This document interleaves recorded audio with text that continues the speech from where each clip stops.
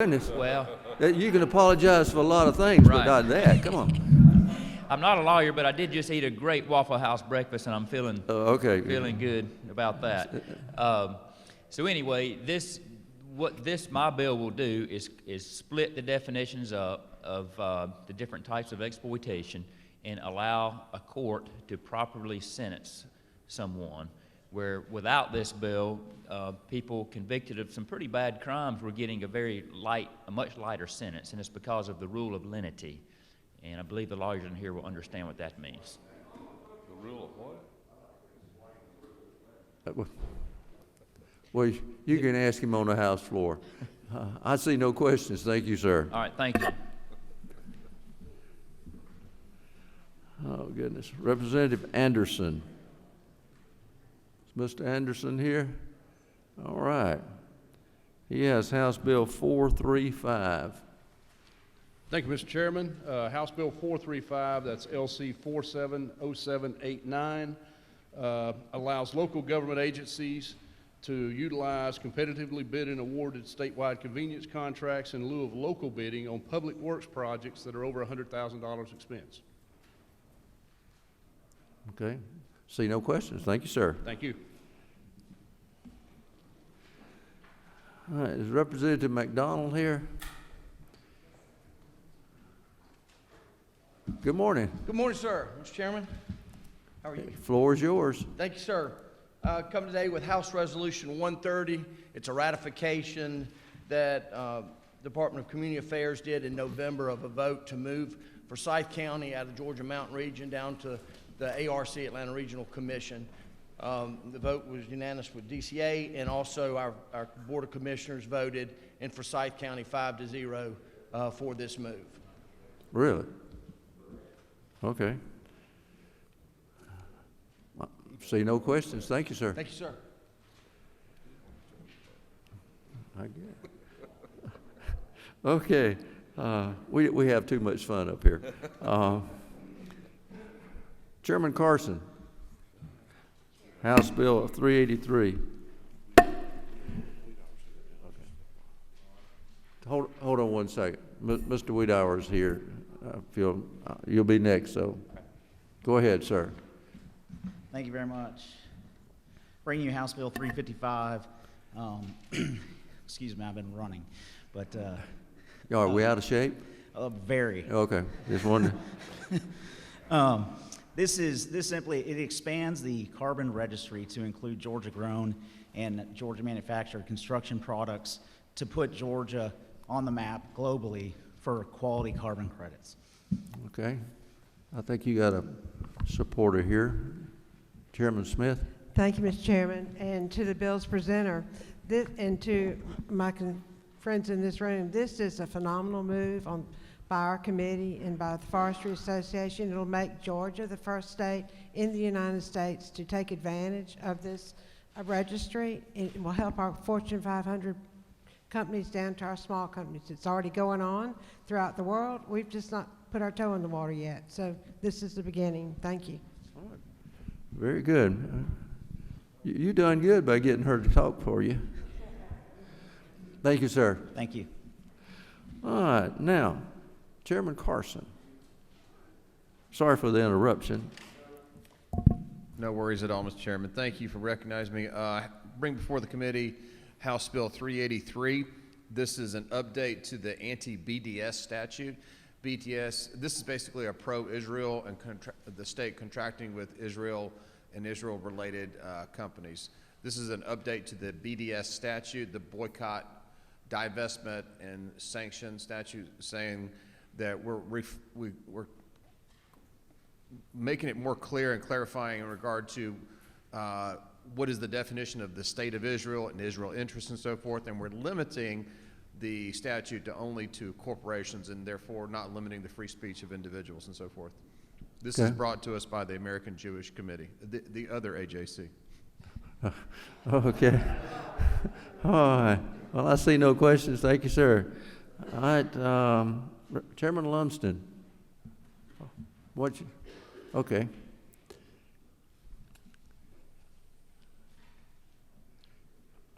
Morning, Mr. Chairman, members of the committee. Bring to you House Bill 410. It is under modified structure at page 1 at the bottom of the page.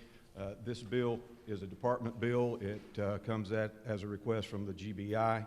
It simply transfers the regulatory responsibility for bingo from the GBI and transfers that to the Secretary of State's office.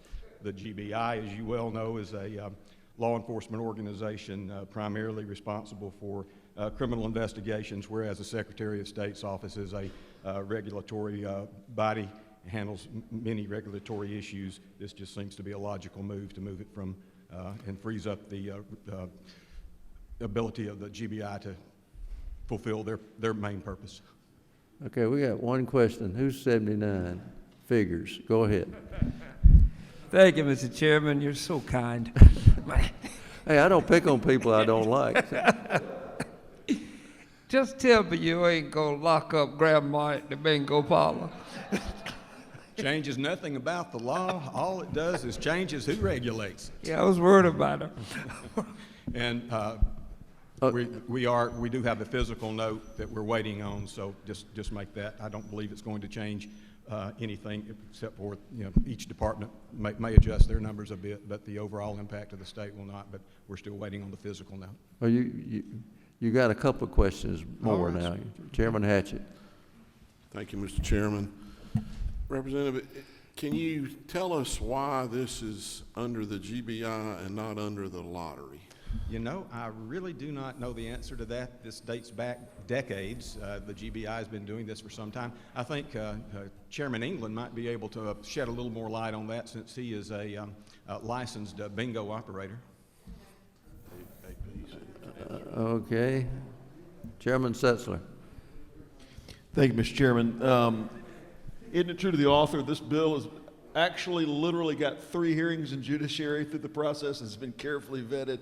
It was just this is one of those issues that because money was transacting and it was this idea of not letting it gravitate into gambling. That's why it got there. There's no money that's fed into any pot like the lottery. It's just a thing that I think there's only 119 licenses even in the state, Mr. Chairman. Okay, thank you, sir. You got a button back here to push? You're on now. Thank you, Mr. Chairman. I pushed them all, so I'll be sure to get you. Echo Chairman Setzler's comments. The reason that bingo is under the GBI is because once upon a time there were people who were opening up bingo games and such and paying out of cash. And then the process was put in probably 30 years ago to put it under the GBI so that they would have to pay for the permits and to be scrutinized by a law enforcement agency to this. Quite frankly, the better proposition of this would be to just take the regulations off and go back to the system that anybody opening up a bingo game would need to get a permit from their city or their county and basically say no paying out of cash. And that way just get it out of the state's business. Let the local communities take care of it. Let the local community, if they want to have a bingo game, as long as the key to that is they don't pay out cash. Right. Cash prizes. Okay. All right, that's all the questions I see. Let me turn off all these buttons back here. All right, thank you, sir. Thank you. Chairman Newton, you have 454. Push your button, so.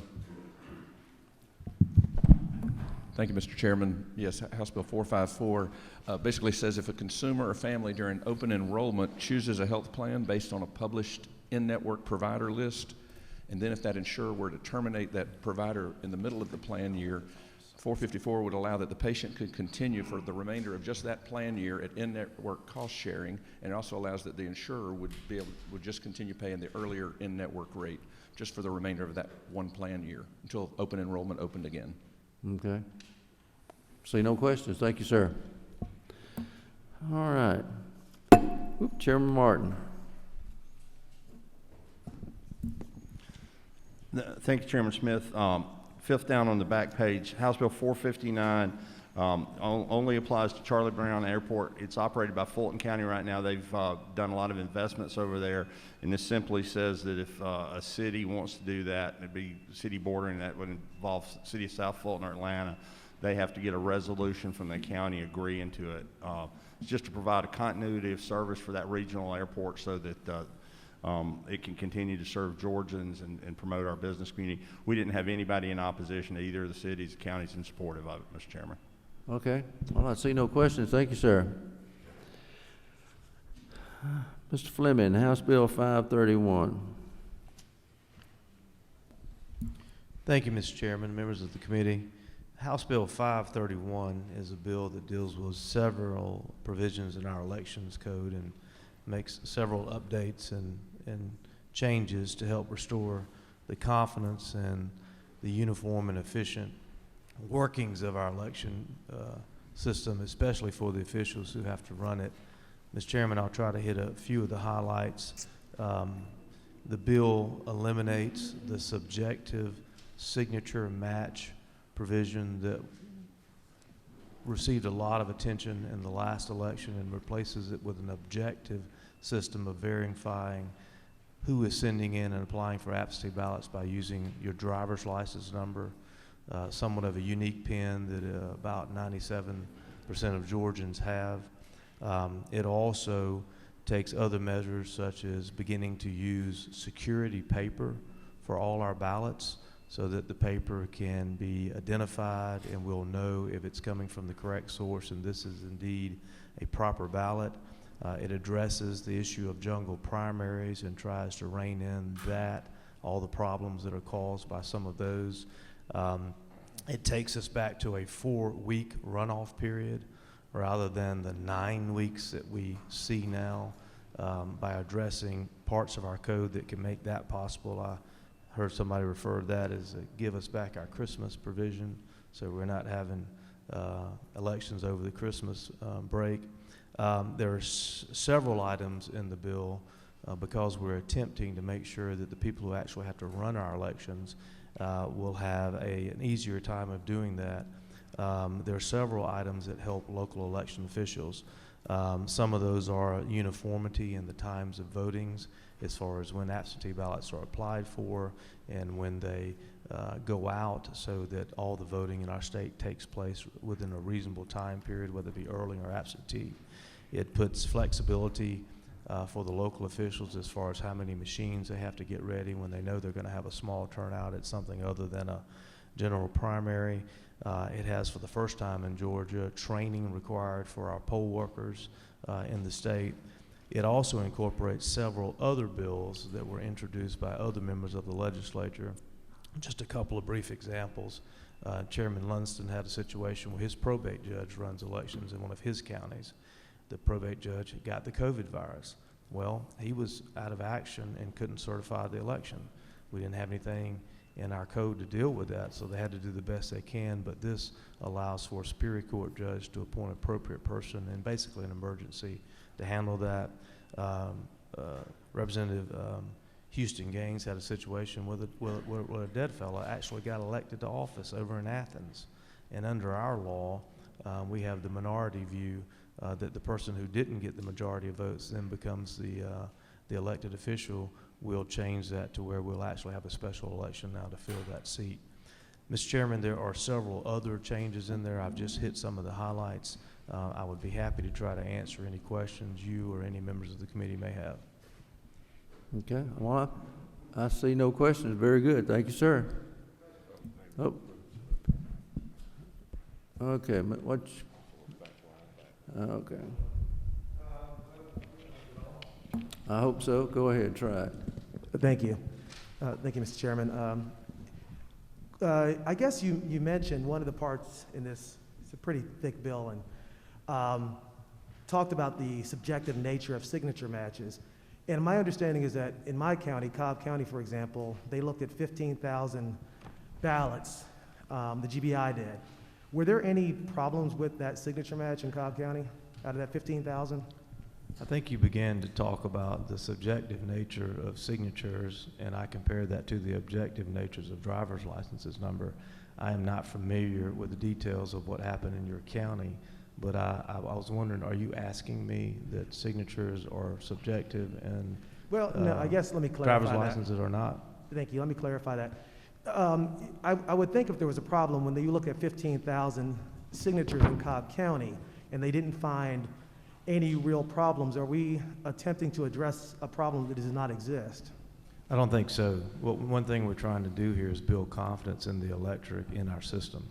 And to me, when you're moving from trying to decide, does this look like my signature or not, that's a subjective view. That's a subjective question. When you move to, is this driver's license number the same as the one of the person who's registered to vote, that's an objective standard, and it gets us away from any controversy regarding that issue.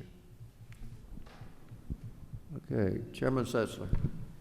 Thank you, Mr. Chairman. If I could, I wanted to address a kind of a question to Representative Wilkerson.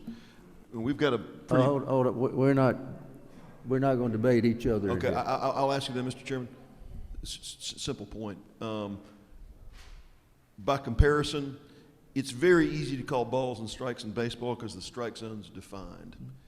The strike zone of evaluating signatures is ill-defined and can't be defined. That's why there's a fundamental issue we can't solve other than by putting an objective measure. Okay. All right. See no more questions. Thank you. Oh. Is that, okay, what's your... Just grab Calvin, Chairman. I just, I guess, based on that discussion, I was going to ask the author of the bill. It's my understanding that right now we have a portal that requests an ID number, and that the... Could you take your... Okay, now take your mask down so we can... There's a portal that we have in place that requests for an absentee ballot request so that you put in your ID number. And I was just going to ask the author if that was part of the synthesis of that piece of the legislation. I think to Chairman Blackman's point, he is correct. That does help us realize that driver's license number is probably a better way for people to use to identify themselves. It's almost a unique PIN that most people have and don't use for much else. So it does go to the point of the improvement in the system by making this change. Okay. Mr. Wilt, could I ask you to pull your mask down? Yes, sir. There you go. Thank you, Mr. Chairman. I guess one follow-up question to Chairman Blackman's point. Is it not true that we have recognized that there is a problem with broadband access across the state, and to take away the signature match and rely on computer access kind of goes against what we've already acknowledged, that a lot of people don't have access to computers? I guess I am trying to understand the whip's question, because the issue is a signature versus a driver's license number, and its relationship to the portal, I guess is what the comparison you're making, but we're talking about an application that somebody sends in, and I don't think access to the internet is going to affect your ability to make an application for an absentee ballot, because most of that is done by sending in the form itself. Okay. Very good. No more questions. Thank you, sir.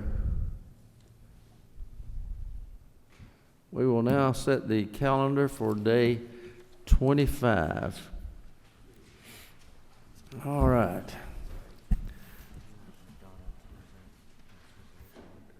Is he here?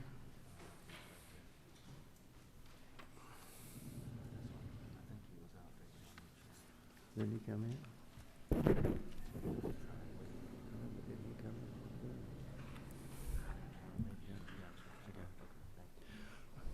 Okay, let's get started with the setting the calendar for Monday. House Bill 124. Do I hear a move? Move. Got a move and a second. All in favor say aye. It's on. House Bill 244. Move. Got a move and a second. All in favor say aye. All opposed, like sign. It's on. House Bill 292. Do I hear a move? Got a move and a second. All in favor say aye. All opposed, like sign. Okay. 392. Excuse me, I'm sorry. 392. Move. Got a move and a second. All in favor say aye. All opposed, like sign. It's on. It's concerned we don't have a 292. All right, continuing on modified structure. House Bill 443. Do I hear a move? Move. Got a move and a second. All in favor say aye. All opposed, like sign. It's on. House Bill 453. I got a move and a second. All in favor say aye. All opposed, like sign. House Bill 459. I hear a move. Got a move and a second. All in favor say aye. All opposed, like sign. House Bill 466. You got a move and a second. All in favor say aye. All opposed, like sign. House Bill 476. I hear a move. Got a move and a second. All in favor say aye. All opposed, like sign. It's on. House Bill 531. I hear a move. Got a move and a second. All in favor say aye. All opposed, like sign. Okay, those who are opposed, raise your right hand.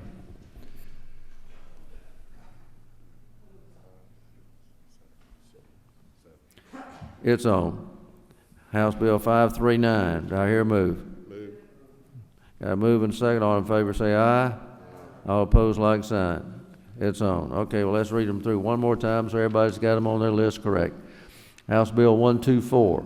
House Bill 244. House Bill 392. House Bill 443. House Bill 453. House Bill 459. House Bill 466. 476, 531, and 539. And we have a motion, comment from the, what's you? Mr. Chairman. Chairman. Mr. Chairman. Chairman Hatch. Whatever my name is. Mr. Chairman, I move that pursuant to Rule 33.3, that we limit debate on any bill on any calendar on Monday, March the 1st to 1 hour, time to be determined by the Speaker. Okay, I got a move and a second. All in favor say aye. All opposed, like sign. Okay, those who are opposed, raise your hand.